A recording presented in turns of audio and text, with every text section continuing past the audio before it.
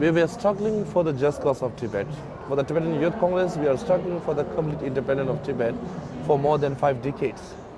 We'll continue to resist. We will continue to carry all our activism work until our rightful independence is restored.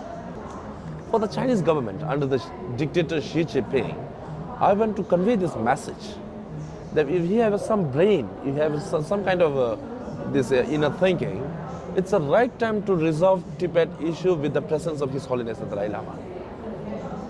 During the absence of His Holiness, there will be the outburst of people's emotion. Not only from outside Tibet, but within the Tibet, there will be outbursts of a people's emotion. That the Chinese Communist government themselves will be difficult to handle. Chinese Communist government have nothing to do with His Holiness the Dalai Lama's reincarnation and other reincarnate Lamas' reincarnation process. Reincarnation is a Buddhist belief. It's our tradition. We made the clear statement in 2022 that His Holiness the Dalai Lama himself, his personal office, and the Tibetan people will decide his successor. Chinese government, they are introduced the so-called cultural genocide in Tibet to eliminate the very identity of Tibetan people. So the Tibetan inside Tibet is having a very critical period. If you look at the Freedom House report, we share the bottom line with the Syria and South Sudan in terms of the human rights index. Not only the manipulating, the Chinese government with their transnational policing, they are policing outside the Tibet, outside the China. They are trying to silence the voice of Tibetan activists. Chinese government many times creating the misinformation within the Tibetan community. They are just trying to create a disharmony within our community. Chinese government, the so-called People's Republic of China, labeled Tibetan Youth Congress as a terrorist organization.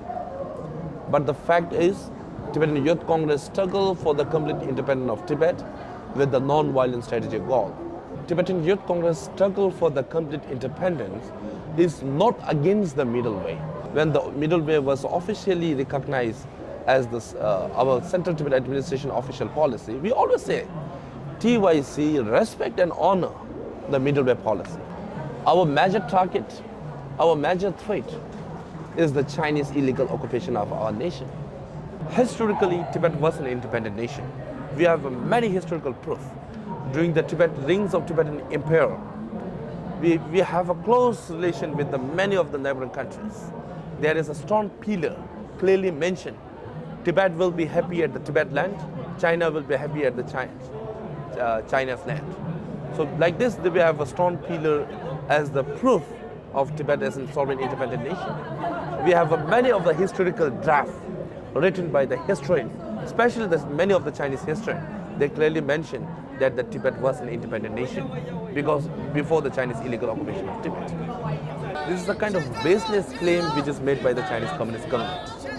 Taiwan is a sovereign independent state. Taiwan deserves to be the member of the United Nations. So China have nothing to do with Taiwan. Taiwan is a sovereign independent state. Taiwan have a democratic elected government. The people of Taiwan, Taiwanese, they enjoy the freedom, they enjoy the democracy, they enjoy all the basic human rights, which is denied in the Chinese control citizen, especially the Chinese occupied nation like us. So the Taiwanese brothers and sisters, I'm always telling this, we are a common alliance. We must be united. We must raise a stronger voice against the Chinese Communist government. We have to work together to make China accountable for the death and destruction which is created by the CCP, and united we have to fight against the Chinese expansionist policy.